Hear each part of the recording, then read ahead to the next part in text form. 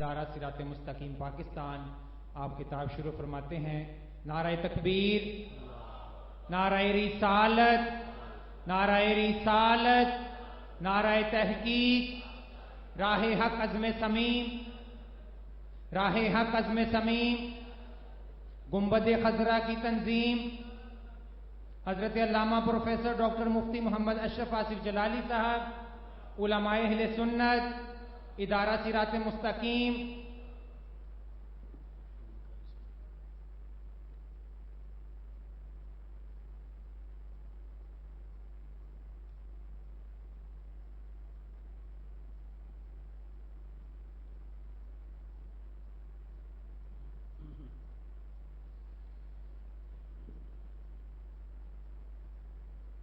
بسم اللہ الرحمن الرحیم۔ رب اشرح لی صدری ویسر لی امری واحلل عقدۃ من لسانی یفقہوا قولی۔ الحمد للہ وحدہ والصلاة والسلام علی من لا نبی بعدہ وعلی آلہ واصحابہ الذین اوفوا عہدہ۔ اما بعد فاعوذ باللہ من الشیطان الرجیم۔ بسم اللہ الرحمن الرحیم۔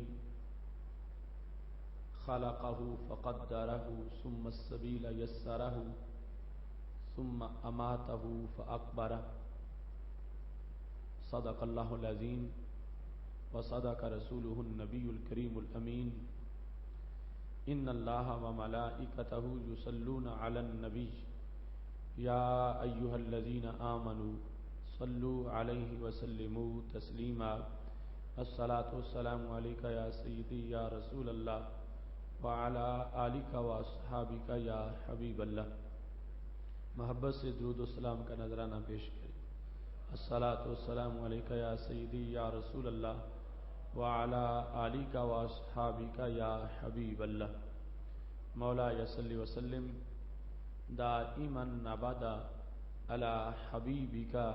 خیر الخلق کلہم، منزہ عن شریک فی محاسنہ فجوہر الحسن فیہ غیر منقاسم۔ محمد تاج رسل اللہ قاطبۃ، محمد صادق الاقوال والکلم، محمد ذکرہ روح لانفسنا، محمد شکرہ فرد علی الامم۔ رب صلی وسلم دائما ابدا علی حبیبک خیر الخلق کلہم۔ اللہ تبارک و تعالی جل جلالہ وعم نوالہ واتم برہانہ وعظم شانہ وجل ذکرہ وعز اسمہ کی حمد و ثنا اور حضور سرور کائنات، مفخر موجودات، زینت بزم کائنات، دستگیر جہاں، غم گسار زماں، سید سروراں، حامی بے کساں، قائد المرسلین، خاتم النبیین، احمد مجتبی جناب محمد مصطفیٰ صلی اللہ علیہ وآلہ واصحابہ وبارک وسلم کے دربار گوہر بار میں ہدیہ درود السلام عرض کرنے کے بعد وارثان منبر و محراب، ارباب فکر و دانش، نہایت ہی معزز و محتشم حضرات و خواتین، رب ذوالجلال کے فضل اور توفیق سے ماہ رمضان المبارک کے نور بھرے لمحات میں گوجرانوالا کی سرزمین پر 17ویں سالانہ فہم دین کورس میں آج ہماری گفتگو کا موضوع ہے قبر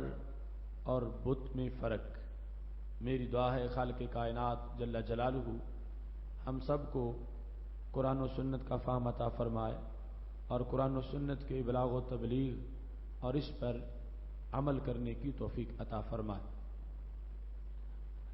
رب ذوالجلال نے قرآن مجید برہان رشید میں قبر کو انسان کے لیے ایک انعام کے طور پر بیان کیا ہے۔ اور قبر سے نا امید لوگوں اور اصحاب قبور سے نا امید لوگوں کی رب ذوالجلال نے مذمت فرمائی۔ قرآن مجید برہان رشید میں سورہ عبس کے اندر آیت نمبر 19، 20، 21 میں خالق کائنات جل جلالہ نے انسان پر جو اس کے انعامات ہیں ان کا ذکر کرتے ہوئے فرمایا، خلقہ، اللہ نے انسان کو پیدا کیا، فقدر، اور اس کے بعد اسے مختلف اندازوں پر رکھا، ثم السبیل یسر، پھر اللہ نے انسان کے لیے راستے کو آسان کیا،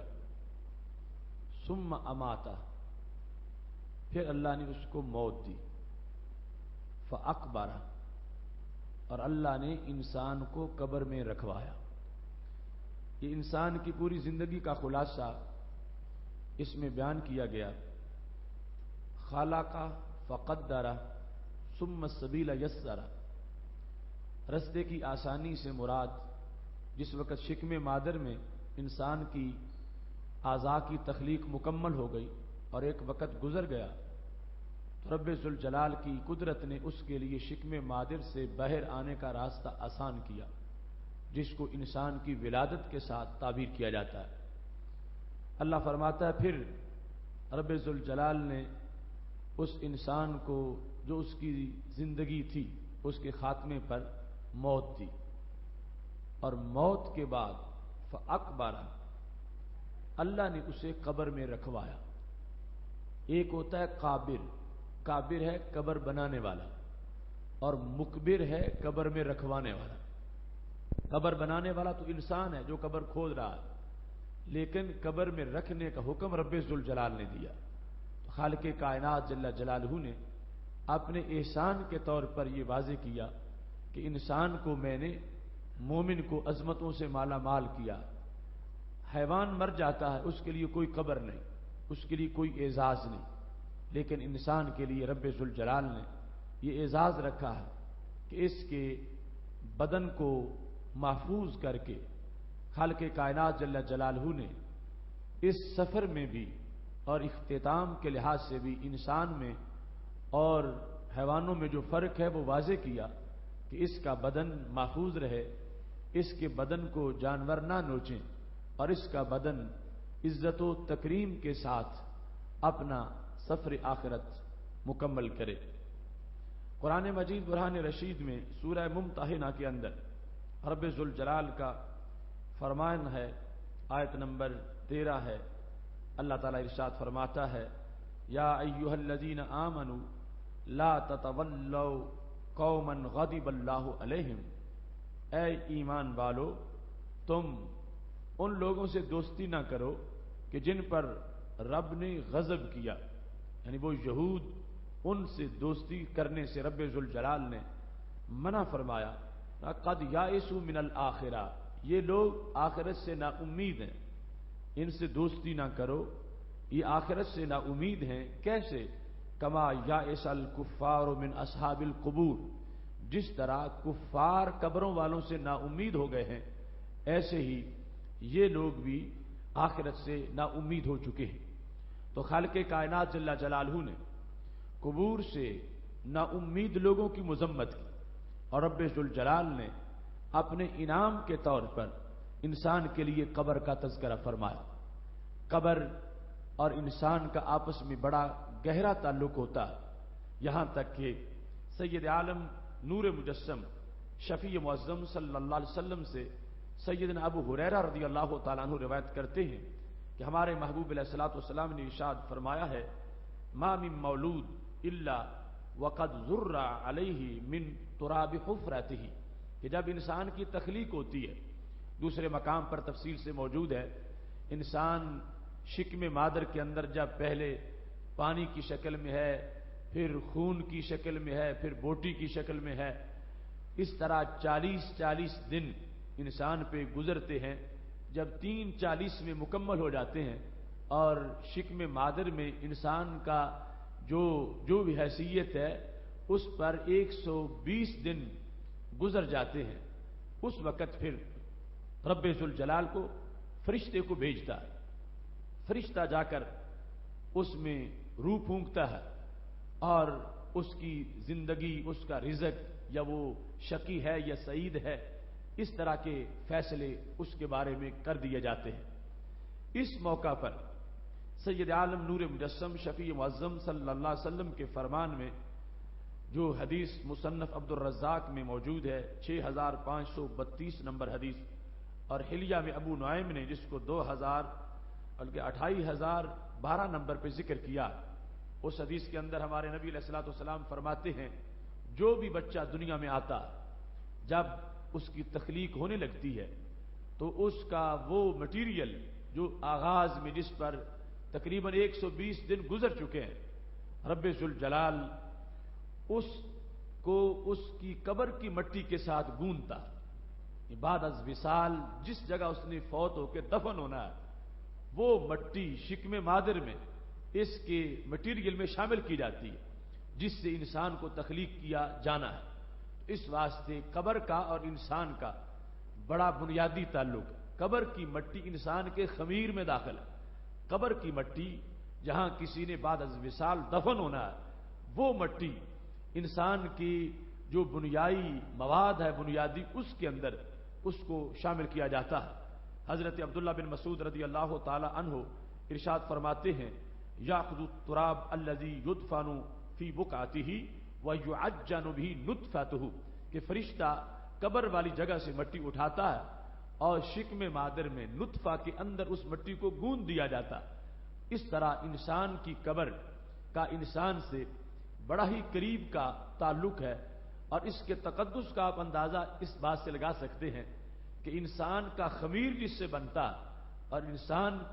جس سے مارز وجود میں آتا ہے وہ بنیادی اجزاء جو ہیں ان کے اندر رب ذوالجلال نے جہاں ایک حصہ انسان کے باپ کا، ایک حصہ انسان کی ماں کا رکھا ہے، وہاں ایک حصہ مٹی جو قبر کی ہے اس کا بھی رکھا ہے۔ وہ مٹی اس خاص مادہ کے ساتھ اس کو گوندا جاتا ہے اور اس طرح پھر انسان کی تخلیق ہوتی ہے۔ تو قبر کے لحاظ سے احترام، عزت و توقیر یہ انسانی خمیر کی عزت و تکریم ہے، اور قبر کی بے حرمتی یہ انسان کے اصل کی بے حرمتی ہے۔ قبر کے ساتھ جو انسان کا تعلق ہے، سید عالم نور مجسم شفیع معظم صلی اللہ علیہ وسلم اسی بنیاد پر ارشاد فرماتے ہیں کہ جب بعد از وصال انسان قبر میں جاتا ہے تو قبر اس سے گفتگو کرتی ہے۔ اگر وہ برا انسان ہے تو قبر کہتی ہے کہ تو جب زمین پہ چلتا تھا مجھے اس وقت بھی تو پسند نہیں تھا۔ پتا چلا کہ مٹی وہ قبر کی پتہ نہیں کس جگہ پہ ہے اور انسان کہاں چل رہا ہے، لیکن اس مٹی کے ساتھ اس کا تعلق ہے، اور وہ مٹی اتنا ادراک رکھتی ہے کہ جو مجھ سے بننے والا انسان تھا اس کے کرتوت کیا ہے، وہ کیا کر رہا ہے۔ تو کہتی ہے مجھے تو اس وقت پسند نہیں تھا، اب تو فوت ہو کے میرے اندر آ گیا، اب میں تیرا دیکھ کیا حشر کرتی ہوں۔ اور دوسری طرف اگر انسان نیک ہے تو اس کی قبر کی مٹی بعد از تدفین اس سے خطاب کرتی ہے کہ تو جب دنیا میں چلتا پھرتا تھا اس وقت بھی مجھے بڑا پسند تھا، کہیں کسی شہر میں تو چل کے نماز جمعہ کے لیے جاتا تھا، تو مسجد کے لیے جاتا تھا، نماز کے لیے، تو تبلیغ کے لیے، دین پڑھانے کے لیے جاتا تھا، اس وقت بھی میں تجھ سے پیار کرتی تھی اور تو مجھ سے بڑا دور تھا، آج تو میرے قریب آ گیا ہے، اب تیرے لیے میں اللہ کی رحمتوں کے بڑے سامان کرتی ہوں۔ تو اس بنیاد پر قبر میں پورا ایک ریکارڈ موجود ہے قبر کی مٹی کا، جو اس سے بننے والی چیز کے ساتھ اس کا تعلق ہے، اس میں محبت بھی ہو سکتی ہے، قبر میں انسان سے نفرت بھی ہو سکتی ہے، اور اس محبت اور نفرت کا معیار دنیاوی معیار نہیں، وہ معیار ہے جو معیار رب ذوالجلال کے نزدیک ہے، اس کے مطابق قبر پیار کرتی ہے۔ اگر انسان رب ذوالجلال کا مطیع ہے، فرما بردار ہے، تو پھر قبر پیار کرتی ہے، اگر انسان اللہ کا باغی ہے تو پھر قبر اس انسان سے نفرت کرتی ہے اور اپنے بغض کا اظہار کرتی ہے۔ اسی بنیاد پر کہ انسان کے خمیر کے ساتھ قبر کی مٹی کا تعلق، کچھ مفسرین نے فلا اقسم بمواقع النجوم، اس کی تفسیر کرتے ہوئے کہا کہ رب ذوالجلال نے جو قسم اٹھائی ہے ستاروں کے غروب ہونے کی جگہ کی، تو اس سے مراد یہ جو ظاہری چمکنے والے ستارے ہیں یہ نہیں، اس سے مراد وہ مقدس نفوس ہیں، انسان ہیں، جہاں وہ بعد از وصال دفن ہوتے ہیں۔ رب ذوالجلال نے اس جگہ کو ستاروں کے غروب ہونے کی جگہ قرار دیا ہے کہ جہاں ستارے جا کے ڈوب جاتے ہیں، ستارے زمین کے اندر مستور ہو جاتے ہیں، چھپ جاتے ہیں۔ قرآن مجید برہان رشید کے اندر اس طرح اس کو مواقع نجوم کے ساتھ تعبیر کیا گیا۔ یہی وجہ ہے کہ اقبال جس وقت حضرت مجدد الفسانی کی دہلیز پہ سرہند شریف میں پہنچے تو کہنے لگے اس خاک کے ذروں سے ہیں شرمندہ ستارے، جس خاک میں پوشیدہ ہے وہ صاحب اسرار، حاضر ہوا میں شیخ مجدد کی لحد پر، وہ خاک جو زیر فلک ہے مطلع انوار، ہے مٹی مگر اقبال کہنے لگے ستاروں سے زیادہ روشن ہے، اس واسطے کہ اس میں اللہ کے عظیم ولی کو قرار ملا ہے، یہ ان کی آخری آرام گاہ ہے، اس واسطے اس مٹی میں اور عام مٹی میں فرق ہے۔ اس مٹی کے سامنے ستارے بھی شرمندہ ہیں کہ ان کی روشنی اس کے سامنے ماند پڑ گئی ہے، اور اس مٹی کی روشنی ان ستاروں سے زیادہ ہے۔ قرآن مجید برہان رشید کی توضیحات اور سید عالم نور مجسم شفیع معظم صلی اللہ علیہ وسلم کے فرمان مقدس کی تشریحات کی روشنی میں ہم نے یہ دیکھنا ہے کہ قبر میں اور بت میں فرق کیا ہے۔ قبر کی اس واسطے میں نے شروع سے جو حقیقت ہے اس کو بیان کرنا شروع کیا تاکہ آج ایک گمراہ طبقہ جو قبر کو بتوں کے مساوی قرار دے رہا ہے اور پھر قبروں کو انہوں نے باعث نفرت بنا دیا، وہ مقدس شخصیات کی قبریں حجاز مقدس میں انہوں نے ان کو نشان نفرت بنایا ہوا ہے، جوتے پہن کے اوپر چلتے ہیں، کوڑا کٹ کر وہاں پہ ڈال دیتے ہیں اور اپنی زبانوں سے بھی ان کی توہین کرتے ہیں، جبکہ شریعت مطہرہ میں قبر انسانی تقدس کے انداز میں اتنا بڑا مقام رکھتی ہے کہ اس کی مٹی انسان کے خمیر میں شامل ہے، اور جس وقت انسان کی روح نکلتی ہے اور اس نے قبر کی طرف جانا ہوتا ہے، اس کی جو حیثیات ہیں وہ بھی سید عالم نور مجسم شفیع معظم صلی اللہ علیہ وسلم نے بیان کی ہیں۔ اس سلسلہ میں صحیح بخاری شریف میں یہ حدیث شریف موجود ہے، سید عالم نور مجسم شفیع معظم صلی اللہ علیہ وسلم ارشاد فرماتے ہیں، حدیث نمبر 1316 ہے، ہمارے آقا صلی اللہ علیہ وسلم کا یہ فرمان بھی غیب کی خبروں پر مشتمل ہے، اگر سرکار نہ بتاتے تو کبھی ہمیں پتہ نہ چلتا، اور کوئی ذرائع ہمارے پاس قیامت تک کی ٹیکنالوجی سے ایسے نہیں کہ جس سے ہم معلوم کر سکیں کہ جب روح نکل گئی اب ہمارے سامنے جو چارپائی پہ لیٹا ہوا ہے اس کی احوال کیا ہے۔ ہم سمجھتے ہیں معاملہ ختم ہو گیا، ہم سمجھتے ہیں اس نے جو بولنا تھا بول لیا، جو سننا تھا سن لیا، اب یہ خاموش ہو گیا ہے اور اس کے بعد سارا سلسلہ ختم ہو گیا ہے۔ لیکن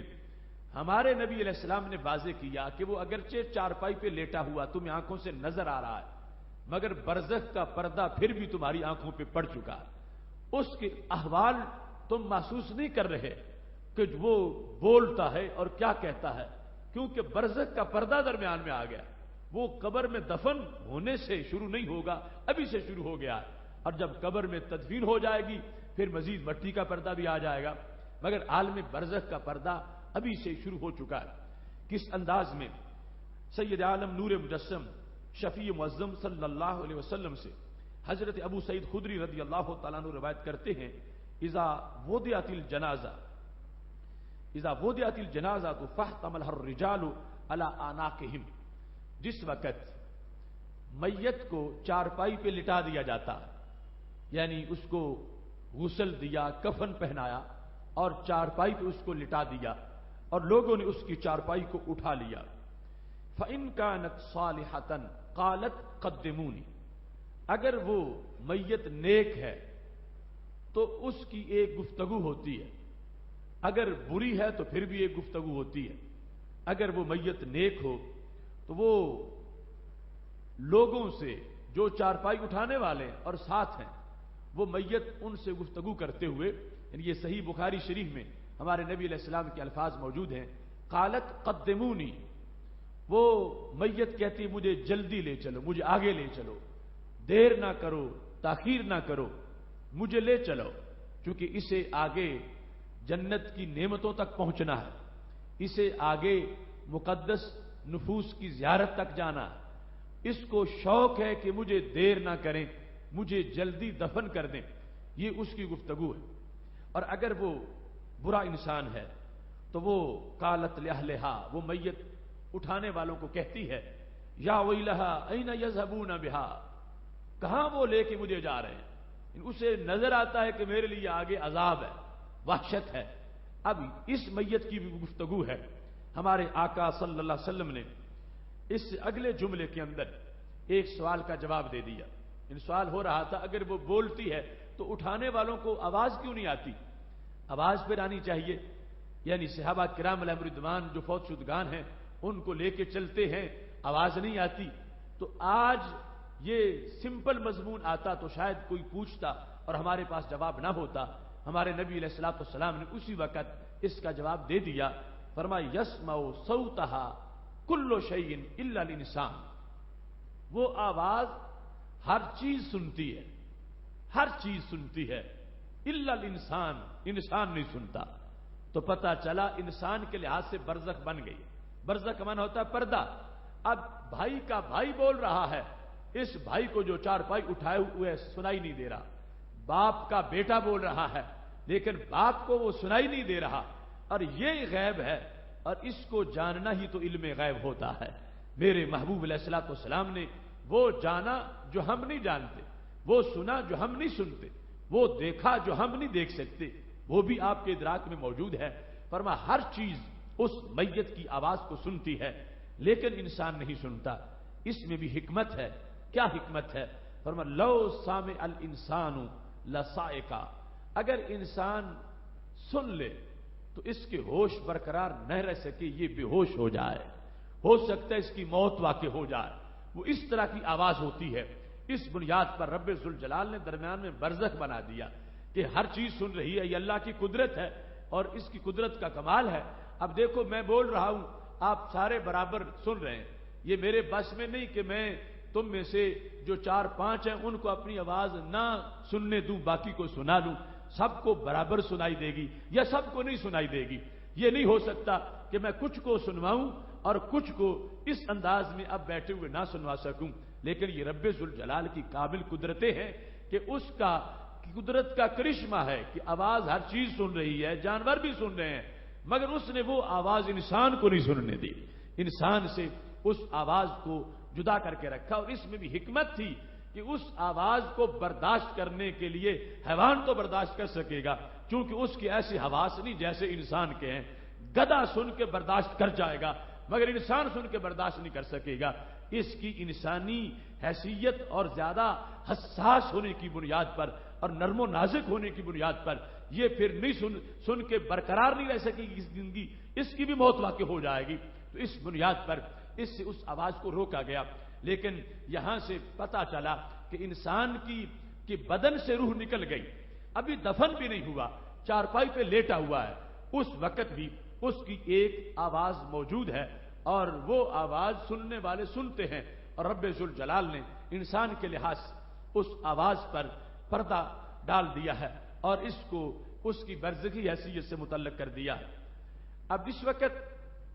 ایک انسان اس کی نماز جنازہ ہو جاتی ہے اور پھر وہ جگہ آ رہی ہے کہ جس کو قبر سے تعبیر کیا جائے۔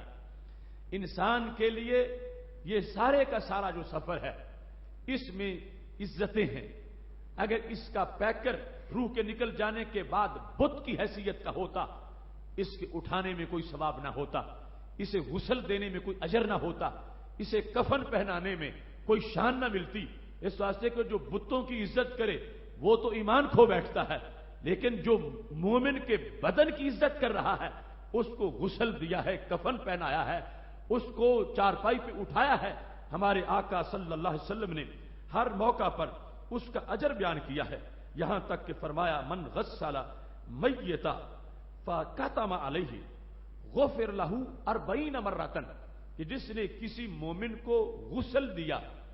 اور پھر اس کی خفیہ باتیں چھپائیں.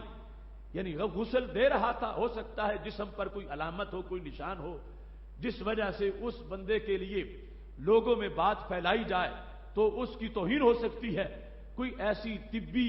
وجہ ہے، کوئی صورتحال ہے، اس نے غسل دیا ہے مگر اس کا راز فاش نہیں کیا. جیسا بدن تھا اس نے اپنے تک بات رکھی ہے. میرے نبی علیہ السلام فرماتے ہیں رب ذوالجلال اس انسان کو 40 مرتبہ بخشش عطا فرمائے گا. یعنی جس نے ایک پیکرے خاکی کو جس سے روح نکل گئی ہے اس کو غسل دیا ہے، اس غسل دینے والے کو 40 مرتبہ رب ذوالجلال بخشے گا. اب دیکھو اللہ کی ایک بخشش بڑی ہے لیکن 40 مرتبہ بخشش، اس سے پتا چلتا ہے کہ پیکرے خاکی مومن کا اس کی عزت کتنی ہے، اس کا ادب کتنا ہے. اللہ نے اس واسطے یہ رکھا ہے کہ میرے محبوب دنیا کو بتائیں اور لوگوں کو پتا چلے کہ جو فوت ہو جائے اس سے نفرت نہیں کرنی، اس سے بھاگ نہیں جانا، بلکہ اس کو غسل دیں گے تو گناہ غسل دینے والے کے جھڑ جائیں گے. اور اس میں یہ بھی بات بھی آ گئی کہ کچھ لوگ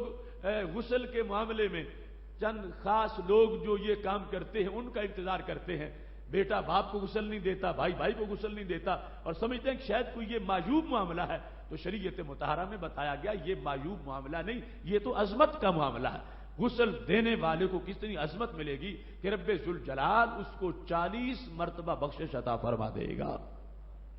پھر جو اس کو کفن پہناتا ہے، ومن کفن میتا کساہ اللہ من سندس و استبرق، کہ جو میت کو غسل دینے کے بعد پھر کفن پہناتا ہے رب ذوالجلال قیامت کے دن اس کو جنتی سندس کا لباس عطا فرمائے گا. اس نے کفن دیا ایک انسان کو جو کہ فوت ہو چکا ہے، اور جب چارپائی پہ اس کو لٹایا گیا پھر اٹھایا گیا، ہمارے نبی علیہ الصلوۃ والسلام نے فرمایا جس نے چاروں پائے جو تھے چارپائی کے اس کے نیچے کندھا دیا اس نے میت کے سارے حق اتار دیے ہیں جو ظاہری حیات اس پر موجود تھے. اب اس کے بعد جس وقت اس کو ومن حفر لمیت قبرا، جس نے میت کے لیے قبر کھودی. اب یہ جس کا ہم نے فرق بیان کرنا ہے بت اور قبر کے لحاظ سے. میرے محبوب علیہ الصلوۃ والسلام فرماتے ہیں قبر کھودنا کسی کے لیے اور قبر میں اس کو دفن کرنا، اس سے قبر کھودنے والا جو ہے اس کو کیا اجر ملے گا. فرمایا من حفر لمیت قبرا فاجنہ فیہ اجر اللہ له من الاجر کاجر مسکن اسکنہ الی یوم القیامہ. اس کو اتنا اجر ملے گا کہ جس طرح آج کوئی انسان آج سے لے کر، یہ نبی علیہ السلام اپنی ظاہری حیات کے زمانے سے بات کر رہے ہیں، آج سے لے کر قیامت تک کے لیے کوئی بندہ اگر کسی کو رہائشی مکان دے دے رہائش دے کا کہ میں تجھے اپنا مکان دیتا ہوں تو صدیوں تک اس مکان میں موجود رہے. اب کتنی صدیاں بنے گی قیامت تک، اور کتنا بڑا اس بندے کا کام ہے جو اتنی صدیوں کے لیے اپنا مکان کسی کو دے رہا ہے. تو میرے محبوب علیہ السلام ارشاد فرماتے ہیں جس نے کسی کو قبر دی، قبر میں دفن کیا، اس کے لیے قبر تیار کی، محبوب علیہ السلام فرماتے ہیں یوں ہے جیسے اس نے آج سے لے کر قیامت تک کے لیے ایک کوٹھی اپنی طرف سے کسی کو رہائش کے لیے دے دی ہے. یہ ہے قبر،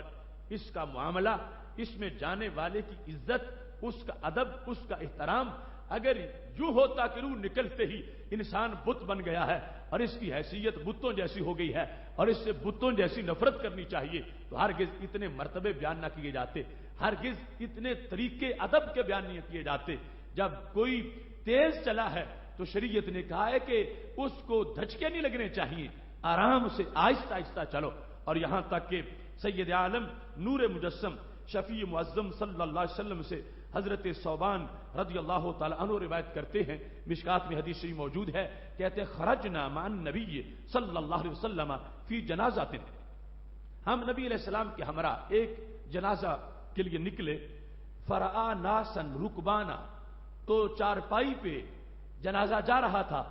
لوگ ساتھ ساتھ موجود تھے. جس طرح کے آگے چارپائی ہوتی ہے پورا جلوس لوگوں کا ساتھ ہوتا ہے. تو ہمارے نبی علیہ الصلوۃ والسلام نے اس حالت میں کچھ لوگوں کو دیکھا وہ اپنی سواریوں پہ سوار ہے، اونٹ پہ تھے، گھوڑے پہ تھے، جو صورتحال بھی تھی. جب آپ نے دیکھا تو اتنا غصہ آ گیا، فقال الا تستحیون، فرمایا تمہیں حیا نہیں آتی، الا تستحیون، تمہیں حیا نہیں آتی ان ملائکۃ اللہ علی اقدامہم وانتم علی ظہور الدواب، پر اللہ کے فرشتے تو پیدل چل رہے ہیں اور تم سواریوں پہ بیٹھے ہوئے ہو۔ جب فرشتے اس میت کے ادب کے لیے کہ اس کا جنازہ جا رہا ہے مومن کا، فرشتے قدموں پہ چل رہے ہیں، فرشتے قدموں پہ اور تم سواریوں پہ بیٹھے ہو، تمہیں حیا آنی چاہیے کہ تم اس کے ادب کے لیے نیچے چلتے۔ اب اگر یہ بت ہوتا تو اس کے احترام کے سبق نہ پڑھائے جاتے، اگر اس کی حیثیت بت جیسی ہوتی تو پھر اس کے لیے سرکار کو اتنا غصہ نہ آتا کہ جو سواری میں بیٹھے ہیں ان کو جھڑک رہے ہیں کہ تمہیں پتہ نہیں کہ فرشتے قدموں پہ چل رہے ہیں اس کی چارپائی کے ساتھ اور تم سواری پہ بیٹھے ہو، لہذا ادب و احترام کے لیے تم بھی نیچے اتر جاؤ۔ اب جس کی بنیاد پہ قبر نے قبر بننا ہے، اگر پیکر انسانی نہیں جائے گا تو قبر قبر نہیں کہلائے گی، وہ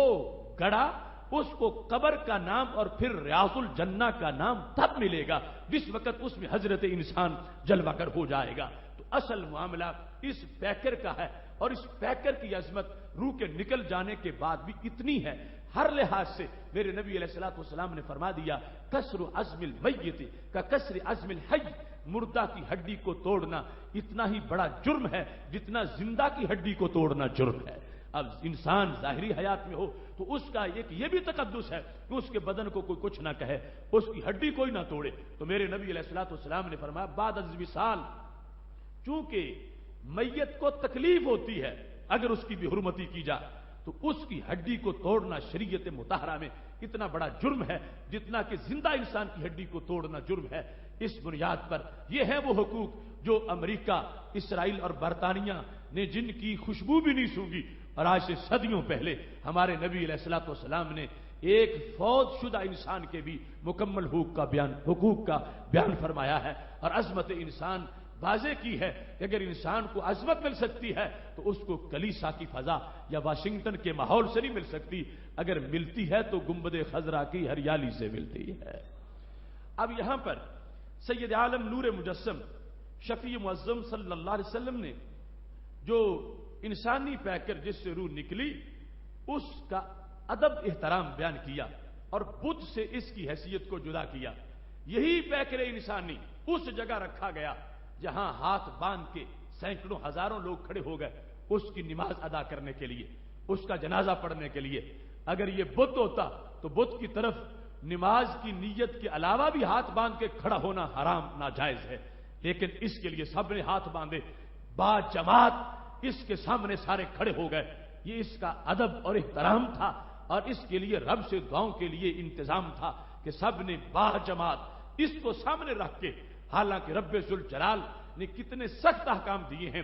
شرک کا جہاں شائبہ ہو ان باتوں کو بھی مٹایا ہے، لیکن اللہ تعالیٰ نے حکم دیا ہے کہ سامنے رکھ کے جنازہ پڑھنا۔ یہ نہ ہو کہ چارپائی سائڈ پہ ہو اور تم کہو چونکہ شرک ہو جائے گا لہذا ہم نماز علیحدہ پڑھ لیتے ہیں، چارپائی سائڈ پہ رکھ لیتے ہیں یا چارپائی پچھلی طرف رکھ لیتے ہیں تاکہ کہیں شرک نہ بن جائے۔ تو خالق کائنات جل جلالہ نے جو عظمت انسان اور بت اور مومن جو فوت ہو چکا ہے اس میں بھی جو فرق ہے اس کو واضح کرتے ہوئے فرمایا یہاں کسی طرح کا کوئی وام نہیں پڑے گا،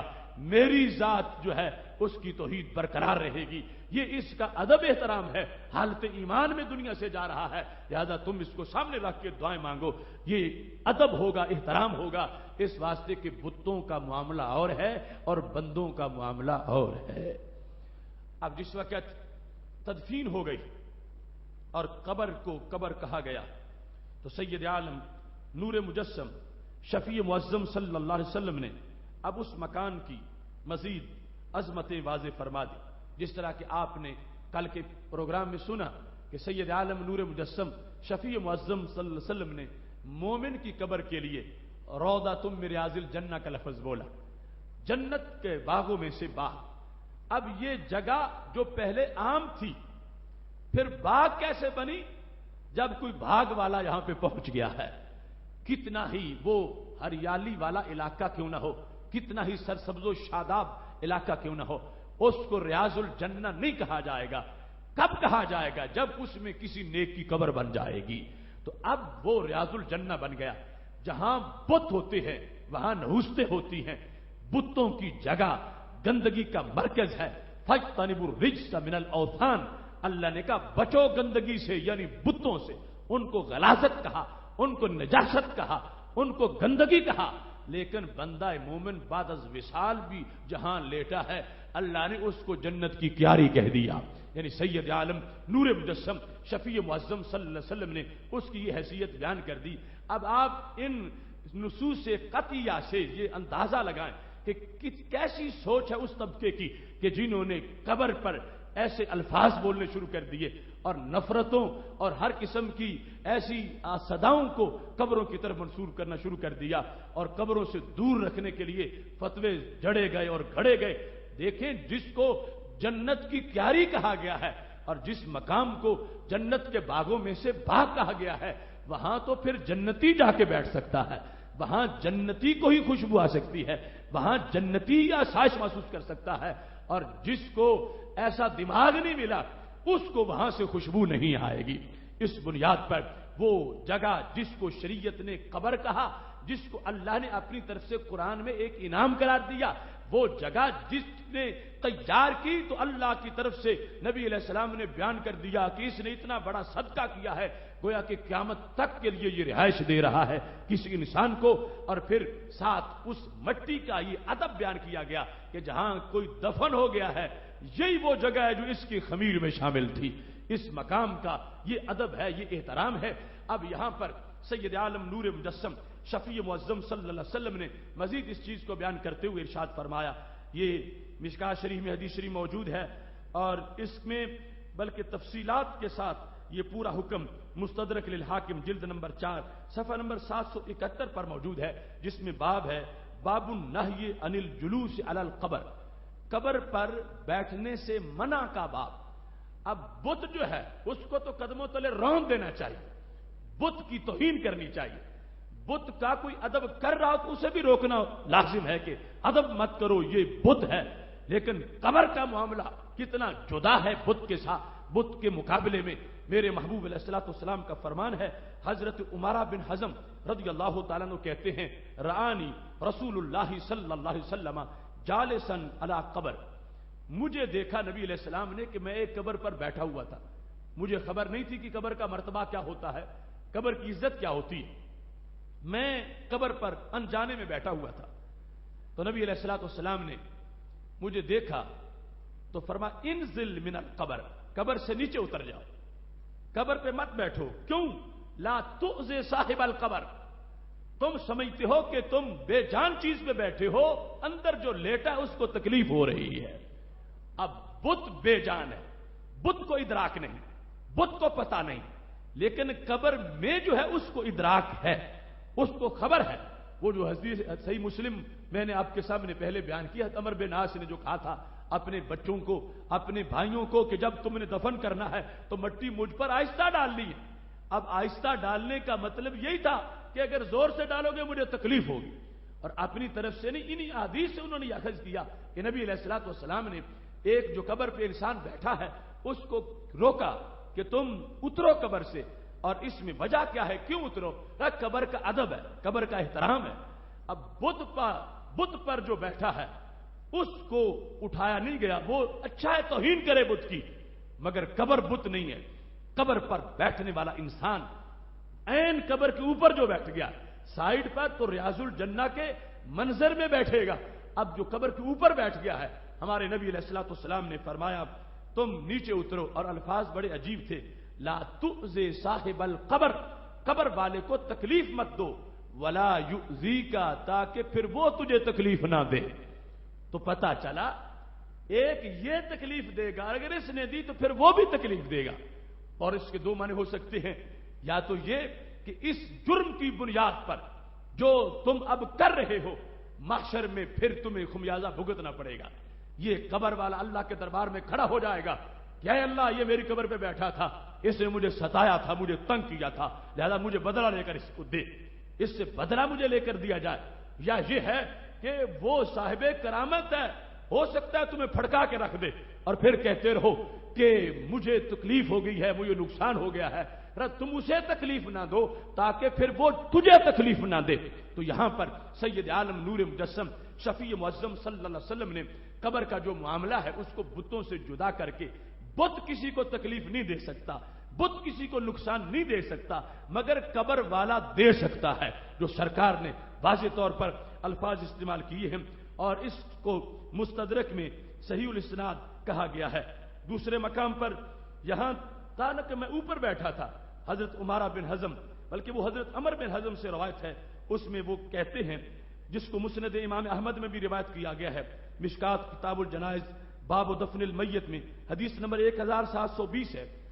حضرت عمر بن حزم کہتے ہیں، رآنی النبی صلی اللہ علیہ وسلم متکئا علی قبر، مجھے نبی علیہ الصلوۃ والسلام نے دیکھا کہ میں قبر کے ساتھ ٹیک لگائے ہوئے تھے، پہلے تھا اوپر بیٹھا، وہ عمارہ والی، حضرت عمر کہتے ہیں میں ٹیک لگا کے اس طرح کونی رکھ کے یہ ٹیک لگا کے قبر کے ساتھ بیٹھا تھا، تو نبی علیہ الصلوۃ والسلام نے فرمایا لا تؤذی صاحب ھذا القبر، اس قبر والے کو تکلیف مت دو، تمہارے یوں ٹیک لگانے سے تکلیف ہوتی ہے۔ تو اب یہ دیکھو قبر کا معاملہ، قبر کی عزت، قبر کا ادب، قبر کا احترام، اور پھر قبر کی مٹی میں جو لیٹا ہوا ہے اس کا آرام، اس کے لیے اتنا اہتمام، بت کو احساس نہیں ہے، بت کو پتہ ہی نہیں ہے، بت میں کوئی ادراک نہیں ہے، اور یہاں قبر والے کا جو صحابی کہتے ہیں عمر بن عاص نے یہ کہا تھا کہ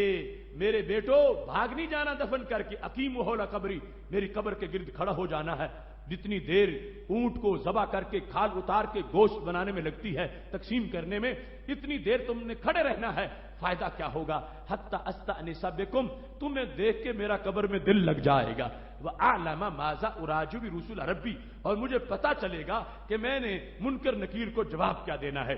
بت تو مٹی سے باہر بھی نہیں دیکھ سکتا مگر قبر والا مٹی کے اندر سے بھی دیکھ سکتا ہے۔ بت کا معاملہ اور ہے، قبر کا معاملہ اور ہے، آداب کتنے ہیں، تقاضے کتنے ہیں، شرائط کتنی ہیں، تقدس کتنا ہے، اور پھر اب ان جو احادیث میں نے آپ کے سامنے بیان کی، ان کی سمری کے طور پر آج کے ماحول میں انطباق کرو ان احادیث کا کہ کس حد تک قبروں کے دشمن آج شریعت کی خلاف ورزی کر رہے ہیں۔ جن لوگوں نے بلڈوزر چڑھا دیے قبروں پر، حشر کے دن انہیں حساب دینا پڑے گا۔ سیدہ طیبہ طاہرہ فاطمۃ الزہرا رضی اللہ تعالی عنہا کہ مرکز پرنور پر جن لوگوں نے بلڈوزر چڑھائے، حضرت سیدنا امام حسن مجتبی رضی اللہ تعالی عنہ کی قبر منور پر جن لوگوں نے بلڈوزر چڑھا دیے، اور وہ جنت البقیع میں جو مقدس شخصیات کے سینکڑوں مزارات، ہزاروں قبور تھی، ان پر جنہوں نے ایسی مشینیں چڑھا دی اور سب کچھ مٹا کے پلین کیا، اس شریعت کو یہ بھی برداشت نہیں تھا کہ کوئی کونی رکھے قبر پہ۔ یہ شریعت کب اجازت دیتی ہے کہ ایسی مشینیں اور ہیوی مشینری قبروں پہ چڑھا دی جائے؟ اس بنیاد پر یہ لوگ شریعت مطہرہ کے لحاظ سے مجرم قرار پائیں گے کہ انہوں نے قبر کی حیثیت کو نہیں جانا، جو سند صحیح سے میرے نبی علیہ السلام سے ثابت ہے، جو جنت کا باغ ہے۔ اب جو خمیر میں مٹی شامل ہے وہ کتنی پاک مٹی ہے، حضرت فاطمہ رضی اللہ تعالی عنہا کے قبر کی مٹی، حضرت امام حسن رضی اللہ تعالی عنہ کی قبر کی مٹی، حضرت عثمان غنی رضی اللہ تعالی عنہ کی قبر کی مٹی، جو شریعت مطہرہ کی روشنی میں خمیر میں جس جگہ کی مٹی تھی وہی پھر قبر بنی، تو اس کی بے حرمتی اور توہین کتنا بڑا معاملہ ہے، جس کو آج لوگ توحید اور ثواب اور شریعت کے نام پر جو گستاخیاں کر رہے ہیں، ان کا شریعت مطہرہ کی تعلیمات کے ساتھ کسی طرح کا کوئی تعلق نہیں ہے۔ دوسری طرف یہاں جو احادیث بیان کی گئی، ان سے یہ بات بھی سمجھ آئے کہ آج وہ لوگ اولیاء کے خلاف تقریریں کرتے ہوئے کہتے ہیں دیکھو تمہارے سامنے ایک بندہ فوت ہو گیا، قمیض اس کی تم نے اتاری، غسل اس کو تم نے دیا، کفن تم نے پہنایا، اٹھا کے تم لے گئے، قبر میں وہ خود نہیں جا سکا، تو قبر میں جب پہنچ گیا تم اس سے مدد مانگنا شروع ہو گئے۔ یہ کیسے ہو سکتا ہے؟ جو قبر میں خود اتر نہیں سکا، جو اپنی قمیض اتار نہیں سکا، وہ تمہاری مدد کیسے کر سکے گا؟ اور اس کے اندر کوئی ایسی حیثیت آ کیسے سکتی ہے؟ یہ ان کی آخری چھلانگ ہے، ان کی دلیل کی آخری حد ہے، جہاں سے وہ سمجھتے ہیں کہ آگے کوئی حد نہیں ہے۔ لیکن ان احمقوں کو یہ پتہ نہیں ہے کہ وہ برزخ کو دنیا پر قیاس کر رہے ہیں، اور برزخ کے معاملات کو دنیا پر قیاس کرنے والا سوائے احمقوں کے کوئی نہیں ہو سکتا۔ برزخ کا معاملہ اور ہے، دنیا کا معاملہ اور ہے، برزخ کو دنیا پر قیاس نہیں کیا جا سکتا۔ اگر ان کی بات مان لی جائے تو پھر تو یہ جو حدیث میں نے ابھی بخاری شریف سے پیش کی کہ قبر وہ بولتا ہے چارپائی پہ، بولتا ہے مجھے جلدی لے چکو، نیک انسان بولتا ہے۔ تو اب ان کے بقول تو جب روح نکل گئی، پھر جس وقت آنکھ کھول نہیں سکتا اور زبان ہلا نہیں سکتا تو بول کیسے سکتا؟ ان کی شریعت کہہ رہی تھی کہ اب بولنے کا سلسلہ ختم ہو گیا، لیکن میرے محبوب حضرت محمد مصطفیٰ صلی اللہ علیہ وسلم کی شریعت کہہ رہی ہے کہ وہ بول رہا ہے، آواز نکلتی ہے، آواز سنائی دیتی ہے۔ اور پھر یہاں تک سید عالم نور مجسم شفیع معظم صلی اللہ علیہ وسلم نے جو حدیث تلقین میں فرمایا ہے کہ تم کہو جو کتاب الروح میں دیگر کتابوں میں موجود ہے، یا فلان ابن فلانا تک، میت کو آواز دو، اس کی امی کا نام لے کر اسے بلاؤ، وہ سنے گا، وہ جواب دے گا۔ تم جو کہو گے اس کو، میت کو قبر میں منکر نکیر کا جواب دینے میں آسانی پیدا ہو جائے گی۔ اب اگر ان لوگوں کی بات مان لی جائے جو ان لوگوں نے اولیاء کے بغض میں تقریریں کی ہیں، تو ان کے مطابق تو اب نہ کوئی سن سکتا ہے، نہ بول سکتا ہے، نہ فرشتے پوچھ سکتے ہیں، نہ پھر وہ جواب دے سکتا ہے۔ اگر اس کے اندر برزخ میں جا کر یہ حیثیت ماننی ہے اور ماننا حدیث سے لازم ہے، قرآن و سنت سے لازم ہے، تو پھر جو بول سکتا ہے وہ بول کے مدد بھی کر سکتا ہے۔ جو وہاں کے امور کے مطابق اٹھ کے بیٹھ جاتا ہے، جس میں بعد از وصال قبر میں بیٹھنے کی طاقت آ رہی ہے، ابھی تمہارے سامنے چارپائی پہ لیٹا ہوا تھا، وہی بیٹھ گیا ہے، تو پتہ چلا برزخ کے معاملے اور ہیں اور دنیا کے معاملے اور ہیں۔ ان میں دنیا میں جو تمہاری آنکھوں پر پردہ آ گیا، تم کہتے ہو اپنی قمیص نہیں اتار سکا، قمیص ہم نے پھاڑ کے اتاری، غسل ہم نے دیا، تو یہ تو شریعت نے ڈیوٹی اس جہان والوں کو شرف کے طور پر دی تھی، ورنہ سب کچھ خود ہی ہو سکتا تھا۔ اور وہاں جو حقیقت ہے وہ شریعت نے واضح کر دی کہ روح اگرچہ نکل گئی مگر روح کا بدن کے ساتھ تعلق ہوتا ہے، جس کی وجہ سے سوال بھی ہوتا ہے، وہ سمجھتا بھی ہے۔ اگر پوری روح نہ ہو تو پھر تو امتحان ہی بوگس ہو جائے کہ پوچھا جا رہا ہے، اور جس سے پوچھنا ہے اس میں کچھ زندگی ہے، حافظہ ٹھیک ہی نہیں، تو وہ تو قیامت کے دن عذر پیش کر سکے گا کہ اے اللہ اگر میرے حواس ٹھیک ہوتے میں جواب صحیح دیتا، کیونکہ حواس ہی ٹھیک نہیں تھے اس واسطے میں نے جواب غلط دیے، تو اللہ کسی کا عذر نہیں رہنے دے گا۔ اس واسطے قبر میں صرف حواس ٹھیک ہی نہیں ہوتے، پہلے سے کہیں زیادہ تیز ہو جاتے ہیں، جو بخاری شریف میں ہے انہ لیسمع قرع نعالہم، اور تو اور رہا قبر والا باہر والوں کے قدموں کی آہٹ بھی سن رہا ہوتا ہے۔ یہاں یہ بات بھی بڑی قابل غور ہے کہ ان لوگوں کی ساری تقریریں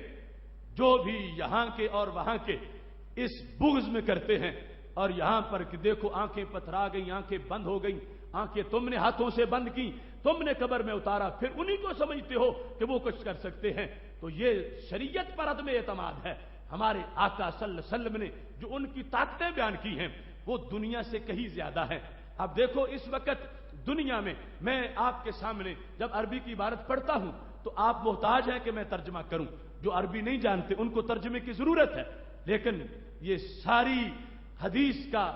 زرخیز سرمایہ ہے کہ جس وقت انسان قبر میں جائے گا تو فرشتے پنجابی میں نہیں پوچھیں گے، فرشتے پشتو میں نہیں پوچھیں گے، فرشتے کسی کی مادری زبان میں نہیں پوچھیں گے، فرشتے پوچھیں گے تو عربی زبان میں پوچھیں گے۔ اب عربی زبان میں پوچھنا اور اگلوں کا عربی جواب دینا یہ اس بات کی دلیل ہے کہ وصال ہوتے ہی یہ قبر والا ایڈوانس ہو گیا ہے، اس کے علوم بڑھ گئے ہیں، یہ پہلے سے ترقی پا گیا ہے۔ زندگی میں اس کو عربی نہیں آتی تھی، اب اس کو قبر میں عربی آ گئی ہے، تو جب عربی آئی ہے حالانکہ بعد از وصال اس کی یہ حیثیت ہے، تو اگر ان لوگوں کی دلیلیں مان لی جائیں تو ہم پوچھ سکتے ہیں ان سے جو قیامت تک یہ جواب نہیں دے سکیں گے، اے منکرین اولیاء بتاؤ تو صحیح کہ جو بندہ دنیا میں عربی کے چند لفظ نہیں بول سکتا تھا، قبر میں فر فر بولنا کیسے شروع ہو گیا ہے؟ تمہارے سامنے جب لیٹا تھا چارپائی پہ اس وقت تو کیا، جب زندہ تھا اس وقت بھی عربی نہیں سمجھ سکتا تھا کیونکہ اس نے پڑھی نہیں تھی، لیکن قبر میں پہنچتا ہی اس کو سننے کی بھی صلاحیت ہے، سمجھنے کی بھی صلاحیت ہے، بولنے کی بھی صلاحیت ہے، تو پتہ چلا دنیا کا معاملہ اور ہے، برزخ کا معاملہ اور ہے۔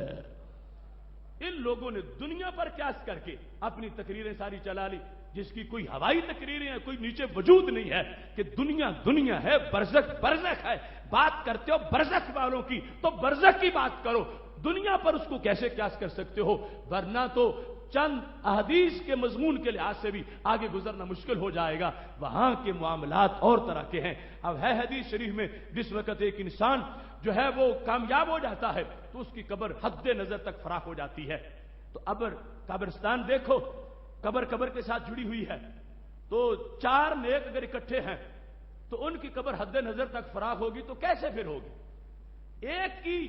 فراخ ہونی ہے یہاں سے لے کر حد نظر تک جہاں تک نظر آتا ہے، دوسرے کی بھی ہونی ہے اور جگہ ایک ہی ہے، تو پھر کیسے ہوگی؟ ایسے ہی دفن کیا زمین میں، اور حدیث نے کہا جب پاس ہو گیا تو اللہ نے جنت کا دروازہ کھول دیا ہے۔ جنت آسمانوں پر ہے، قبر زمین پر ہے، تو بیچ میں یہ گیپ کتنا ہے؟ 7 آسمانوں کے درمیان کا گیپ، زمین آسمان کے درمیان کا گیپ، تو یہ کیسے دروازہ کھل گیا؟ یہ تو کھلے گا ظاہری عقل کے مطابق تو زمین کے اوپر یہ فضا اس میں کھل جائے گا، آسمانوں کے بیچ سے گزرتا ہوا جنت میں کیسے دروازہ کھل جائے گا؟ تو شریعت کہے گی اپنی عقل کو لگام دو، یہ شریعت ہے، اس کا معاملہ شریعت کے تحت حل کرنا پڑے گا، اور یہ برزخ کا معاملہ ہے، اس کو دنیا پر قیاس نہیں کیا جا سکتا۔ لہذا جن لوگوں نے اپنا سارا زور اس دلیل پہ لگایا ہوا تھا، ہم نے اس دلیل کے پرخچے اڑا دیے ہیں، قیامت تک اس کا کوئی جواب انشاءاللہ نہیں دے سکے گا کہ وہ ساری تقریریں جو تم کرتے ہو کہ ولی لیٹا ہوا ہے، جان نکل گئی ہے، خود غسل نہیں کر سکا، قبر میں نہیں اتر سکا، تو تمہیں کیا دے سکے گا؟ میں نے کہا یہ سارے امور جو تم بتا رہے ہو یہ دنیا کی باتیں ہیں، ولی برزخ میں پہنچ چکا ہے اور ہم اس کی برزخی حیات کو ماننے والے ہیں، اور برزخ میں اس کی پاور ہے، اتنی پاور دنیا میں نہیں تھی جتنی پاور اللہ نے برزخ میں عطا کر دی ہے۔ اس کی ساری جہتوں کو سمجھنا دور کا معاملہ ہے، صرف زبان دانی کے لحاظ سے دیکھ لو، علم کے لحاظ سے دیکھ لو، دنیا میں اس کی وہ حیثیت نہیں تھی، جب روح بدن میں موجود تھی ظاہری طور پر اس وقت بھی نہیں تھی، اور جب فوت ہو چکا ہے اچانک اتنا عروج مل گیا ہے، اچانک اتنے حواس تیز ہو گئے ہیں، اس کو پردے سے بہر نظر آنا شروع ہو گیا ہے، اس کو بہر کی آواز اندر سنائی دیتی ہے، اور اس کو طاقت اللہ نے یہ دے دی ہے کہ اس کی علوم میں اضافہ ہو گیا ہے، جس کی بنیاد پر اس کو رب ذوالجلال نے برزخ کے اندر یہ فضائل اور کمالات عطا فرما دیے ہیں۔ یہاں بطور خاص جو قبر اور بت کے معاملہ میں بحث ہے، مدد کے لحاظ سے اس کی بھی تھوڑی سی وضاحت کرنا چاہتا ہوں، اور یہ جتنی احادیث میں نے آپ کے سامنے بیان کی ان کا خلاصہ آپ نے سمجھ لیا، اور تطبیق کے لحاظ سے آج کا وہ ماحول، آج کے ماحول کے وہ قبریں اکھاڑنے والے بجو جو ہیں، اور آج کے ماحول کی وہ مخلوق کہ جن کو ساری دشمنی قبروں کے ساتھ ہے، اور جن کو شریعت کے نفاذ کا شوق بھی قبروں پر ہے، ان کو اپنے 40 منزلہ محلات خلاف شرع نظر نہیں آتے، مگر قبروں کے اوپر تھوڑی سی بنا بھی ان کو خلاف شرع نظر آتی ہے، اور اس کو مٹانا لازم سمجھتے ہیں۔ ان کا انداز بالکل شریعت کے متضاد، قبریں مٹائی تھیں، شناخت بھی مٹائی۔ اگر جنت البقیع میں کسی سے پوچھ لو جو وہاں پر وہ کھڑے ہیں متوع سادو کہ یہ کس کی قبر ہے، تو وہ کہیں گے یہ جاننا ضروری نہیں، بس مطلقاً تم فاتحہ پڑھ دو، یہ نہ جانو، یہ نہیں جاننا چاہیے کہ یہ کس کی قبر ہے، ہر نشان مٹایا، جبکہ میرے نبی علیہ الصلوۃ والسلام کا فرمان تو واضح طور پر موجود ہے، سید عالم نور مجسم شفیع معظم صلی اللہ علیہ وسلم کا یہ فرمان ابو داؤد شریف میں موجود ہے۔ حضرت مطلب بن ابی وداع کہتے ہیں جب حضرت عثمان بن مظعون رضی اللہ تعالی عنہ فوت ہوئے، جو پہلے مہاجر تھے جن کا مدینہ شریف میں وصال ہوا، جب ان کا وصال ہو گیا تو نبی علیہ الصلوۃ والسلام نے جب دفن کرنے کا حکم دیا تو پاک محبوب علیہ السلام نے ایک شخص کو کہا جاؤ وہ فلاں پتھر اٹھا کے لے آؤ، تو وہ جانے والا گیا مگر پتھر اٹھا نہیں سکا، پتھر بہت بھاری تھا، تو رسول اللہ صلی اللہ علیہ وسلم خود تشریف لے گئے، ہاں سارا انذرا آئی ہے، اپنی کوہنیوں سے کلائیوں سے کپڑا پیچھے ہٹایا، یعنی یہ جو آج ہم اٹھاتے ہیں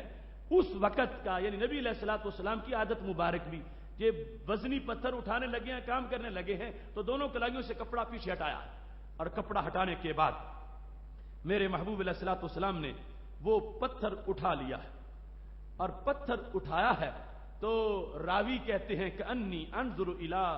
بیاض ذراع رسول اللہ صلی اللہ علیہ وسلم، مجھے آج بھی وہ گوری گوری کلائیاں نظر آ رہی ہیں کہ جب سرکار نے وہ پتھر اٹھایا ہوا تھا، اور پتھر اٹھا کے اپنے صحابی کی قبر کے سرہانے اس کو گاڑنا چاہتے ہیں۔ اب جس وقت پتھر لے آئے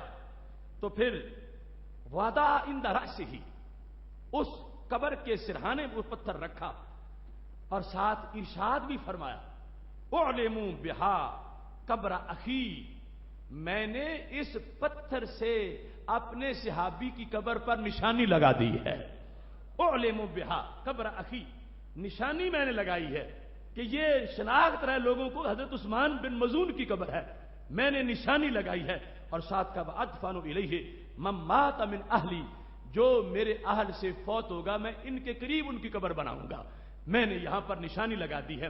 اور یہاں پر سید عالم نور مجسم شفیع معظم صلی اللہ علیہ وسلم کی شریعت نے یہ واضح کیا کہ پتہ ہونا چاہیے کہ یہاں کون دفن ہے. پتھر کا رکھنا سارے محدثین نے لکھا کہ اس میں فلسفہ یہ تھا کہ یہ قبر پہچانی جائے کہ قبر کس کی ہے. قبر کو ممتاز کرنا، قبر والے سے واقف ہونا کہ یہ فلاں کی قبر ہے، یہ شریعت کا مزاج ہے کہ پتہ ہونا چاہیے کہ قبر میں کون دفن ہے. آج کی جعلی شریعت ان لوگوں کی گھڑی ہوئی، اس میں یہ کہ پتہ نہیں ہونا چاہیے، ساری نشانیاں مٹا دیں. پتہ نہیں ہونا چاہیے کہ دفن کون ہے. ان کو شرک کا خطرہ ہے کہ اگر پتہ ہوگا کہ فلاں دفن ہے تو پھر دینے والا تصور کرے گا کہ فلاں لیٹا ہوا ہے اور ان کے لحاظ سے وہ شرک بن جائے گا. اس واسطے وہ نام بتانا بھی گوارا نہیں کرتے اور کہہ دیتے ہیں کوئی پتہ نہیں کہ کون دفن ہے اور یہ مت جانو تم، جبکہ سرکار نے نشانی لگائی ہے. اور حدیث کا یہ تقاضا ہے. مثلا میرے محبوب علیہ السلام کا فرمان الحیات بعد الموت میں جز اول میں موجود ہے، صفحہ 182 پر. فرمان من زار قبر ابویہ او احدہما کل یوم جمعہ غفر لہ وکتب بارا، جس بندے نے اپنے والدین یا ان میں سے ایک کی قبر کی ہر جمعے زیارت کی، اللہ اس کے گناہوں کو معاف فرما دے گا. اب اگر اسے پتہ ہی نہ ہو کہ میرا والد دفن کہاں ہے، اس کو پتہ ہی نہ ہو کہ میری والدہ دفن کہاں، اگر یہ نجدی شریعت مان لی جائے تو پھر کوئی کس جگہ جا کے اپنے والد کی قبر پہ حاضری دے گا، کس جگہ جا کے اپنی والدہ کی قبر پہ حاضری دے گا. اور پھر ان کے نزدیک جب قبر بت کی طرح ہے تو پھر بت کی زیارت سے تو بندہ گناہگار ہوتا ہے اور وہ زیارت ہوتی ہی نہیں تو وہاں جانا ناجائز ہوتا ہے. اور یہاں پر جانا مفید کتنا ہے. میرے محبوب علیہ الصلوۃ والسلام فرماتے ہیں اس کو دو فائدے ہوں گے، غفر اللہ، گناہ جھڑ جائیں گے، وکتبہ بارہ، اگر زندگی میں اس بچے سے والدین کی کوئی نافرمانی ہو گئی تھی، یہ اپنی زندگی میں ہر جمعے اپنے والدین کی قبر کی زیارت کرے، قیامت کے دن اللہ اسے فرما برداروں میں شمار فرما دے گا. تو قبر پہ جانا، زیارت کرنا، یہ سارے تقاضے وہ ہیں جو ہماری اصطلاح میں ہے،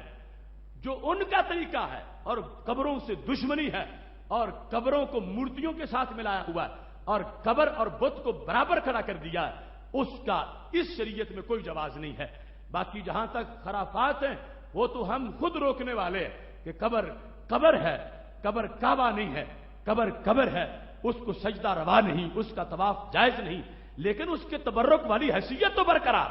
وہ ریاض الجنہ ہے، وہ انسان کے خمیر کے اندر داخل وہ پاک مٹی ہے اور وہاں جو برکات نازل ہوتی ہیں پوری امت مسلمہ ہر صدی میں اس عمل پر قائم رہی ہے کہ وہاں جانے سے دعائیں قبول ہوتی ہیں، رحمتوں کا نزول ہوتا ہے. اس سلسلہ میں آج بطور خاص جو ایک جملہ ان سارے بدبختوں کی زبانوں پر ہے، خواہ ڈاکٹر نالائق ہو، خواہ وہ نجدی بگھوڑے ہوں، خواہ یہاں کے، کہ یہ بت اور قبر میں کوئی فرق نہیں رہا، بس ایک ہی بات ہے، وہ کھڑی مورتی پوجتے ہیں، تم لیٹی ہوئی مورتی پوجتے ہو. ایسی کئی نظمیں بھی انہوں نے لکھی ہوئی ہیں، کافروں ہندوؤں کی طرف سے مسلمانوں کو خطاب کے طور پر اس کو تقسیم کرتے ہیں. لیکن یہ یاد رکھنا، میں نے یہ جو امور بیان کیے ہیں ان سے واضح طور پر قبر اور بت کا جو فرق ہے اس کو میں نے واضح کیا، اور ساتھ ہی تمہارے سامنے بر صغیر کے علم کا حوالہ، جن کی حضرت شاہ عبد العزیز محدث دہلوی کہا جاتا ہے، بر صغیر میں جتنا بھی علم حدیث پھیلا ہے وہ حضرت شاہ عبد العزیز محدث دہلوی کی سند سے آگے آیا، دور دراز تک ان کے علم کا فیض ہے. ان کا فتاوی عزیزی جو ہے اس کے اندر انہوں نے جلد نمبر 1 صفحہ نمبر 33 اور 34 پر ایک وضاحت کی ہے. اور وہی سوال یہ جو آج یہ ڈاکٹر نالائق کے مجمع میں کسی سکھ نے کیا کہ فرق کیا ہے، شاہ صاحب سے کسی نے پوچھا، حضرت شاہ عبد العزیز محدث دہلوی سے، کہ ہم بتوں سے مانگتے ہیں تم قبروں والوں سے مانگتے ہو، فرق پھر کیا رہ گیا؟ تو انہوں نے اس پر پورا فتویٰ لکھا فارسی زبان میں، اور انہوں نے ثابت کیا، انہوں نے کہا قبر اور ہوتی ہے، بت اور ہوتا ہے۔ آج ان کے نام پر یونیورسٹیاں بنا کے چندے مانگنے والوں کو یہ سوچنا چاہیے کہ ان کی فکر کیا ہے، ان کا مذہب مسلک کیا ہے، اور بر صغیر کے مزاج کو جن کی علم پر فخر ہے وہ علم کیا فیصلے کرتا ہے۔ اور یہ سوچ جس پر اہل سنت آج بھی موجود ہیں، یہ وہ سوچ ہے جو بر صغیر کی نمائندہ سوچ ہے اور وہ جو امت کی نمائندہ سوچ ہے۔ اب وہ فارسی زبان میں ہے، میں مختصر وقت میں کوشش کرتا ہوں کہ آپ کے سامنے اس مفہوم کو بیان کروں۔ سوال یہ لکھا ہے، بت پرست اور ایک عالم کا مکالمہ، بت پرست اور عالم کا ڈائلاگ ہے، وہ مکالمہ شکل سوال حضرت شاہ عبد العزیز محدث دہلوی رحمۃ اللہ علیہ کے سامنے پیش کر دیا گیا۔ مکالمہ اس طرح ہے، بت پرست مدد از بت می خاص، عالم منع کرد، کہ ایک بت پرست نے بت سے مدد مانگی تو عالم دین وہاں موجود تھا، اس نے منع کیا کہ شرک مکن، شرک نہ کرو، تم بت سے مدد مانگ رہے ہو، یہ شرک ہے۔ بت پرست گفت کہ اگر شریک خدا دانستہ پرستش کنم البتہ شرک است و اگر مخلوق فہمیدہ پرستش نمایم چگونا شرک باشد۔ بت پرست نے عالم دین کو جواب دیا کہ میں اس بت کو اگر اللہ کا شریک سمجھ کے مدد مانگوں تو پھر تو شرک ہوا، اور میں اگر اس کو اللہ کی مخلوق سمجھ کے مدد مانگوں تو پھر شرک کیسے ہوا؟ تو میں اس کو اللہ کی مخلوق سمجھ کے اس سے مدد مانگ رہا ہوں۔ یہ مشرک نے عالم ربانی کو جواب دیا۔ عالم گفت کہ در کلام مجید متواتر آمدہ کہ از غیر خدا مدد مجوید، کہ قرآن مجید میں واضح ہے کہ غیر اللہ سے مدد نہیں مانگنی چاہیے، تو اس واسطے تمہارا اسے مخلوق سمجھ کے بھی اس سے مدد مانگنا بت سے یہ ناجائز ہے، شرک ہے۔ بت پرست گفت کہ بنی نو انسان از یک دیگر چرا سوال می نمائیں، اگر اس بت سے مدد مانگنا مخلوق سمجھ کے بھی ناجائز ہے تو پھر انسان انسانوں سے مدد کیوں مانگتے ہیں؟ ہر انسان دوسرے انسان سے مدد مانگتا ہے۔ یہ بت پرست کا اور توحید پرست کا آپس میں مکالمہ ہو رہا۔ اس نے کہا پھر انسانی مدد تم کیوں جائز سمجھتی ہو کہ ایک انسان دوسرے انسان سے کہتا ہے میری مدد کرو، وہ مدد کرتا ہے؟ جب انسان سے مدد مانگنا جائز ہے تو پھر بت سے مدد مانگنا بھی جائز ہے، معاذ اللہ۔ اس بت پرست نے کہا۔ عالم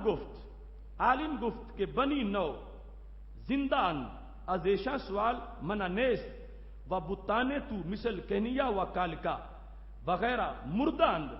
قدرت بر ہے چیز نہ دارن۔ تو عالم ربانی نے کہا یہ جو انسانی مدد ہے اس کو تم دلیل نہیں بنا سکتے، کیوں کہ انسان تو زندہ ہے اور بت مردہ۔ انسان زندگی میں ہے، یہ قدرت رکھتا ہے کسی کی مدد کرنے کی، اور بت جو ہے وہ مردہ ہے، بے جان ہے، وہ کسی کی مدد نہیں کر سکتا۔ اس واسطے تم انسانی مدد پر بتوں سے مدد حاصل کرنے کو قیاس نہیں کر سکتے۔ بت پرست گفت، اب پھر باری آئی بت پرست کی، تو اس نے کیا کہا؟ یہ جو آج ڈاکٹر نالائق کی زبان پر ہے۔ بت پرست گفت کہ شما از اہل قبور مدد و شفاعت می طلبید، کہ تم مسلمانوں قبروں والوں سے مدد مانگتے ہو اور ان کی شفاعت مانگتے ہو، ان کی سفارش قبر والوں سے مانگتے ہو۔ تو کہنے لگا کہ شما از اہل قبور مدد و شفاعت می طلبید باید کے بر شما ہم شرک عائد شود۔ کہنے لگا اگر ہم بت سے مانگ کے مشرک ہیں تو تم قبر والوں سے مانگ کے مشرک ہو، پھر تم پر بھی شرک کا فتویٰ ہونا چاہیے۔ قبر والوں سے مانگنا ان کی سفارش اور شفاعت، یہ تمہارا طریقہ ہے، تو جب ہم پہ فتویٰ ہے تو پھر شرک کا فتویٰ تم پہ بھی ہونا چاہیے۔ یہ وہ پوری نظم ہے جو وہ کافر کی فریاد انہوں نے، ان کے حمایتیوں نے اپنی طرف سے شائع کی ہوئی ہے۔ اب جس وقت یہاں تک بات ہوئی، یہ فتاوی عزیزی حضرت شاہ عبد العزیز محدث دہلوی، وہ ڈائلاگ جو شکل سوال ان کو پیش کیا گیا، اس پر آگے پھر اس کا جواب دیں گے۔ جس وقت یہ بات سامنے آئی، القصہ ہرچے مقصد و مراد شما از اہل قبور است ہما مقصود من ہم از صورت کنیا و کالکاس۔ بت پرست نے کہا جو تمہارا قبروں سے مقصود ہوتا ہے وہی ہمارا بتوں سے مقصود ہے، اس میں تو کوئی فرق نہیں، تم بھی مرادیں چاہتے ہو، ہم بھی مرادیں چاہتے ہیں، ہم پہ شرک کا فتویٰ، تم پہ شرک کا فتویٰ نہیں۔ اس کا سبب کیا ہے؟ یہاں تک اس نے کہا بحسب ظاہر نہ قوت اہل قبور دارند نہ بت، ظاہری طور پر نہ قبر مدد کرتی نظر آتی اہل قبور اور نہ ہی بت، اور باطنی طور پر کرتے ہیں تو باطنی طور پر جیسے تمہارے ولی کر لیتے ہیں ایسے ہمارے بت بھی کر لیتے ہیں۔ یہ اس کی پوری گفتگو ہے ایک عالم ربانی کے ساتھ۔ اب اس نے مزید کہا کہ اگر یہ صورتحال جائز سمجھی جائے تمہارے نزدیک تو ضعیف الاعتقاد مسلمان جو ہیں وہ ولی اور بت میں فرق پھر کیسے کریں گے؟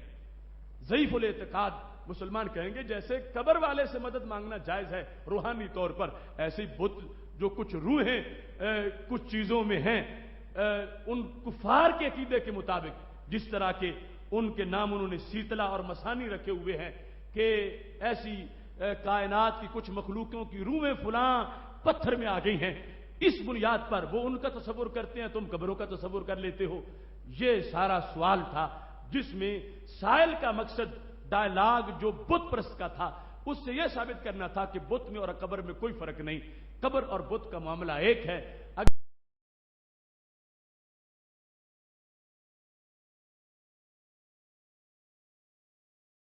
یہ شرک نہیں ہے، اسلام ہے، تو پھر بت پرستی پر بھی شرک کا فتویٰ نہیں ہونا چاہیے۔ یہ اس پورے سوال کا خلاصہ ہے۔ جواب دریں سوال چند جا اشتباہ واقع شدہ آن چند جارا خبردار باید شد آنگا با فضل الہی جواب سوال بخوبی واضح خواہد شد۔ حضرت شاہ عبد الحدیث محدث دہلوی کے سامنے جب یہ سوال پیش کیا گیا تو آپ نے فرمایا اس کی چند باتیں بڑی قابل غور ہیں، اس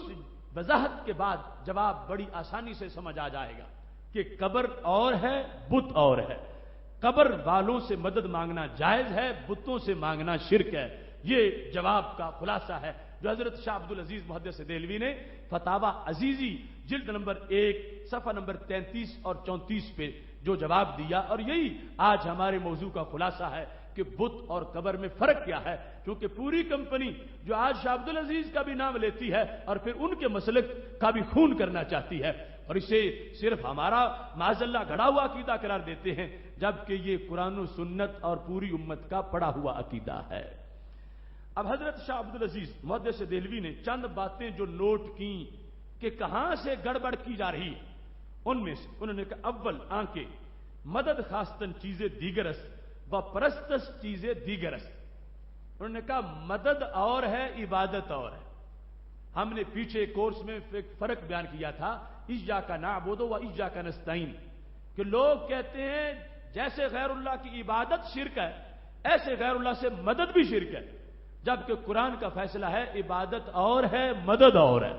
عبادت مجازن بھی کسی کی نہیں ہو سکتی، مدد مجازن مانگی جا سکتی ہے۔ اس واسطے حضرت شاہ عبد العزیز محدث دہلوی رحمۃ اللہ علیہ نے کہا کہ پہلے تو یہ فرق نوٹ کرنا چاہیے، تب پتا چلے گا کہ قبر والوں کا اور بتوں کا فرق کیا ہے۔ انہوں نے کہا کہ پرستش اور چیز ہے اور استعانت مدد چاہنا کسی سے اور چیز ہے، یہ دونوں جدا جدا چیزیں ہیں۔ اور یہاں پر انہوں نے اس کی وضاحت کرتے ہوئے یہ کہا کہ اگر کوئی کسی قبر کا طواف کرے، کسی قبر کو سجدہ کرے، اس کی شریعت اجازت نہیں دیتی، لیکن اگر قبر والوں سے مدد مانگے تو اس کی اجازت دیتی، اور وہ مدد مشروط طریقے سے جو مانگنے کا انداز۔ ساتھ انہوں نے یہ کہا دوم آنکھ مدد خاصتن دو طورس، کہ مدد مانگنے کے دو طریقے، مدد کسی سے مانگنا اس کے دو طریقے ہیں۔ ایک طریقہ کیا ہے کہ تقرب در سازت یا ذبح جانور بنامے او کند یا خدرا بندہ فلانی بگوید بہر کی از مسلمانان جاہل باہل قبور این چیز ہاب عمل آرد فی الفور کافر می گردد، کہ جو کسی قبر کی عبادت کرتے ہوئے کسی قبر والے کو اللہ کے علاوہ مستقل سمجھ کر کہ رب کی مرضی کے بغیر یہ سب کچھ کر لیں گے، پھر ان کی عبادت کا تصور کر کے ایسا کرتا ہے، یہ مدد مانگنا کسی قبر والے سے یہ ناجائز، وہ ایسا مانگنے والا اس کا ایمان درست نہیں رہے گا، وہ کافر ہو جائے گا۔ اور ساتھ انہوں نے کہا دوم آنکھیں بال استقلال چیزیں خصوصیت بجناب الہی دارت، کہ بندے کا یقین ہے کہ رب کے حکم کے بغیر کوئی پتہ نہیں ہلا سکتا، مستقل بذات صرف اللہ ہے، اللہ کے بندے رب کے اذن کے بغیر کچھ بھی نہیں کر سکتے۔ اور ساتھ یہ ہے کہ وہ کیسے کام ہے، ایک تو یہ ہے کہ کام وہ ہو جو اللہ کی ذات کے ساتھ خاص ہے، دوسرا یہ کہ عقیدہ یہ ہو کہ یہ اللہ کے بغیر بھی ولی کر لے گا، تو پھر اس طرح کی مدد جو ہے مستقل سمجھ کر مانگنا اللہ کے کسی بندے سے یہ ناجائز ہوگی۔ وہ کام کیا ہے؟ مثال کے طور پر انہوں نے لکھا بیٹا دینا، بارش برسانا، یا عمر کو لمبا کرنا، یا اس طرح کی چیزیں جو رب سے سوال کیے جاتے ہیں، ان میں کسی بندے کو مستقل سمجھ کے کہ رب کے حکم کے بغیر یا اپنی طرف سے میری عمر بڑھا دے گا، اپنی طرف سے مجھے بیٹا دے دے گا، اور رب کے اذن اور آرڈر کے بغیر یہ سب کچھ کر لے گا، مستقل ہے، اور یہ شریعت مطہرہ میں ایسی مدد کا مانگنا کسی ولی سے جائز نہیں ہے۔ اور انہوں نے ساتھ وضاحت کر دی کہ یہ مردہ تو کیا زندہ سے بھی جائز نہیں ہے، اس میں کوئی خصوصیت نہیں۔ اگر کوئی کسی زندہ کو یہ کہے کہ تو مجھے بیٹا دے اور سمجھے کہ اللہ کے علاوہ بھی دیتا ہے، تو اتنا ہی شرک ہوگا جتنا بعد از وصال کسی فوشدہ کے بارے میں کہہ رہا ہے۔ تو یہاں پر حضرت شیخ عبد العزیز محدث دہلوی رحمۃ اللہ علیہ نے کہا این نو حرام مطلق بلکہ کفر است و اگر از مسلمانان، اب یہ جو عقیدہ ہمارا ہے جس سے وہ فرق واضح کریں گے کہ مشرک اور ہیں اور توحید پرست اور ہیں، اگر از مسلمانان کسے از اولیاء مذہب خود خواہ زندہ باشد یا مردہ این نو